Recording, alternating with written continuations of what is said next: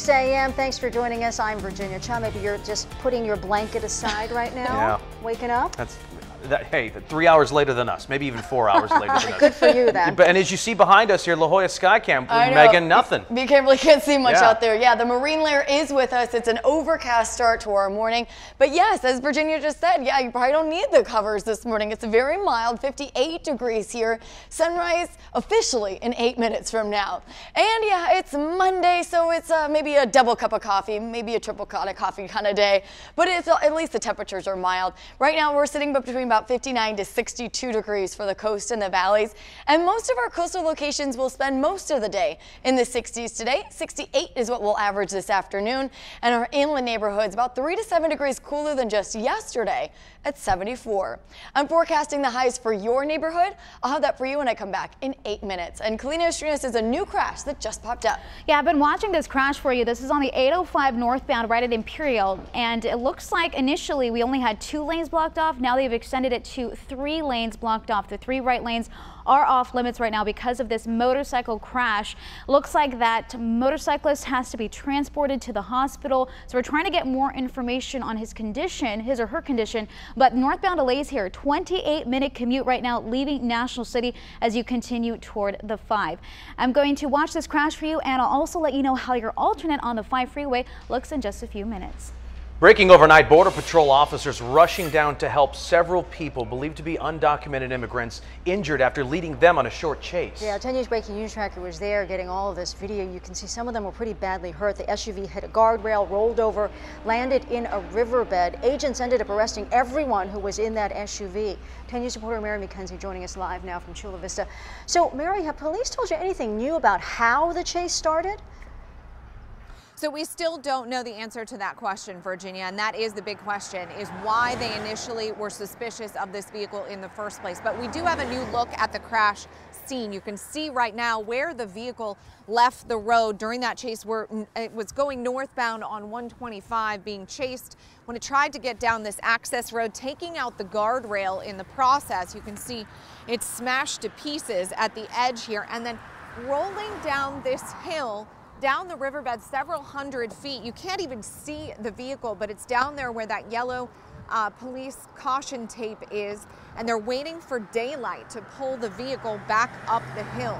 The red door was all you could see of it overnight after it crashed through the guardrail, trying to take the turn onto this access road during that short chase, going northbound on 125 in Chula Vista overnight, rolling several hundred feet down the hill. 7 people in all were thrown from the vehicle. Right away, agents raced down to help. 2 people were pulled out on stretchers with a variety of injuries, including someone with a bloodied face. Some people, though, could walk out on their own. All of them were taken to the hospital for treatment. Border Patrol agents also took them all into custody. Agents, as you mentioned, believe that they were undocumented immigrants. Their status, though, is still being determined at the hospital this morning. We're live in Chula Vista. Mary McKenzie, 10 News. All right, Mary, thank you. And happening now, live look at the Capitol building. The clock ticking down for Congress to approve a new spending bill. They have until midnight Friday to avoid a possible government shutdown. One of the big sticking points, funding, of course, to build the proposed border wall, which would start right here in San Diego. And it was all the talk there on the Sunday morning political talk shows. I can't imagine the Democrats would shut down the government over an objection to building a down payment on a wall that can end the lawlessness. The Democrats do not support the wall. And I think that the Republicans on the border states do not support the wall. And the burden to keep it open is on the Republicans. Republicans also trying to restart a plan to repeal and replace Obamacare. Vice President Mike Pence is cutting his trip overseas short to participate. Friday also marks the president's 100th day in office. And the words government shutdown, something we're very familiar with. Every president in the last 40 years except George W. Bush has had to deal with a government shutdown in some form or another. Sometimes they're minor, and I know it sounds like it's constant, the threat that it's going to shut down. So usually nothing comes of it. The big issue, of course, is if it happens, if any employees are furloughed, which could be military people, and we're a big military community, so we'll, of course, keep you posted. Meanwhile, breaking news update. Right now, police are hunting for the gunman who drove by a bus stop and started firing, hitting 2 people. 10 News reporter Mimi Alcala is live in Lincoln Park. Mimi, what are the leads that police are working on now? Virginia police know that the shooter took off in a white SUV. They also know that 2 people were here at this bus stop. We're on 47th and Logan. They were just sitting at this bench here when that person drove up in that white SUV and started shooting. A man had just stepped out of a store here when those bullets started flying. It hit him twice in the leg, once in the chest. A woman he was with was also hit and hurt by those bullets, but both are expected to survive. Police got here as quickly as they could and taped off the area as they started the investigation right in front of that Sundance market, leaving neighbors in this area afraid because the shooter did get away, and there are several families who live around here, many with young children. It was scary, so I just ran in the house. And then I told my grandma and my grandpa. Now, just down the street, there was another car that police found just filled with bullet holes, and they believe that the same shooter is behind this and tried to shoot at that car while trying to get away on the 805. But coming up in just a little bit, we're going to look at the technology that police use to track both of these shootings and why they believe they're related because of that technology. For now, we're live in Lincoln Park. Mimi Alcala, 10 News. Thank you so much, Mimi. You know, that shot spotter technology Mimi just mentioned is also what first alerted police to last week's deadly shootings in downtown Fresno. Now, over the weekend, the man accused in the racially motivated rampage admitted to the shootings in a phone interview from jail. Did you kill 3 white men and shoot at 4 people Tuesday? Yeah. Yeah, no hesitation. Police say Corey Muhammad first killed a security guard a week ago. Then a few days later, Muhammad says he found out police were looking for him. That's when he says he decided to kill again, shooting 3 other men. I was actually going to go turn myself in. And then I started thinking about the missing black women and children. I started thinking about Flint, Michigan. I started thinking about the crack cocaine epidemic. I started thinking about all the injustice and the atrocities that my people go through. And that's why I snapped.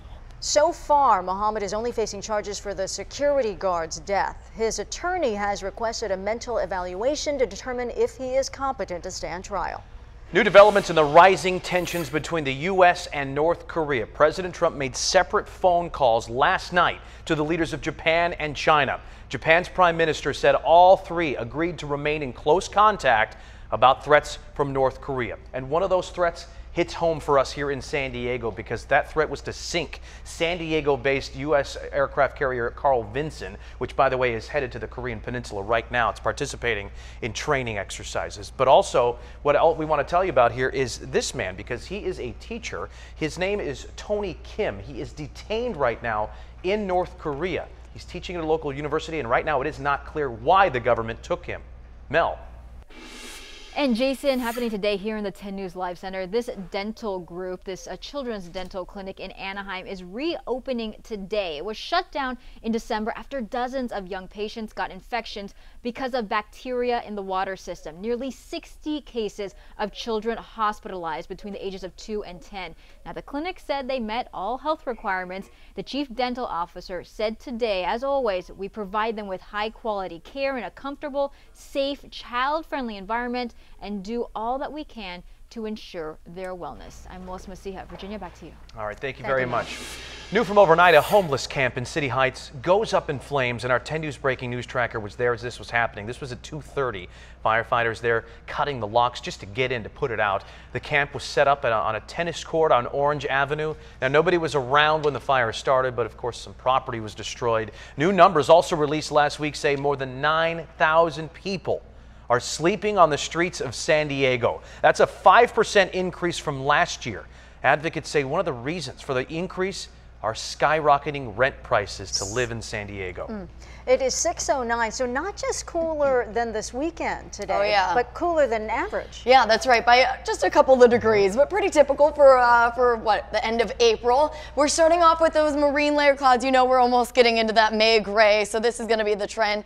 Before you know it, it is overcast over downtown and in La Mesa, over most areas. But hey, that's keeping the temperatures really nice. It's 61 downtown, 56 in El Cajon right now, and almost 50 in Julian, where I am forecasting to hit 62 degrees degrees this afternoon.